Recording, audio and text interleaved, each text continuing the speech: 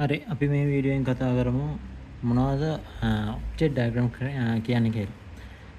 Object diagram object diagram එකක් හැදෙන්නේ class diagram එකකින්ම තමයි.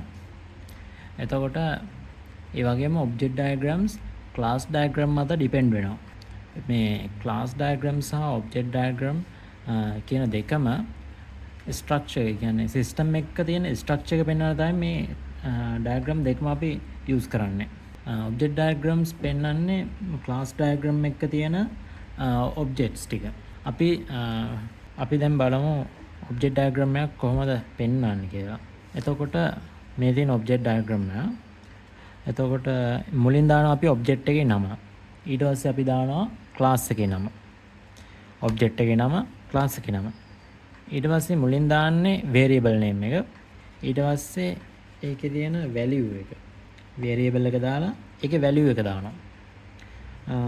හිතන්නකෝ මුලින් තියෙනවා age එක කියලා. age එක තමයි variable එක. එතකොට value එක විදිහට දාන්න අපි 18 ඒ කාගේ හරි age එක. තමයි value එක වෙන්නේ. එතකොට තව තියෙනවා anonymous object කියලා. anonymous object කියන්නේ ඒකට තියෙන්නේ class name එක විතරයි. object name එකක් නැතුව තියෙන්න පුළුවන්. ඒවට තමයි අපි කියන්නේ anonymous object කියලා.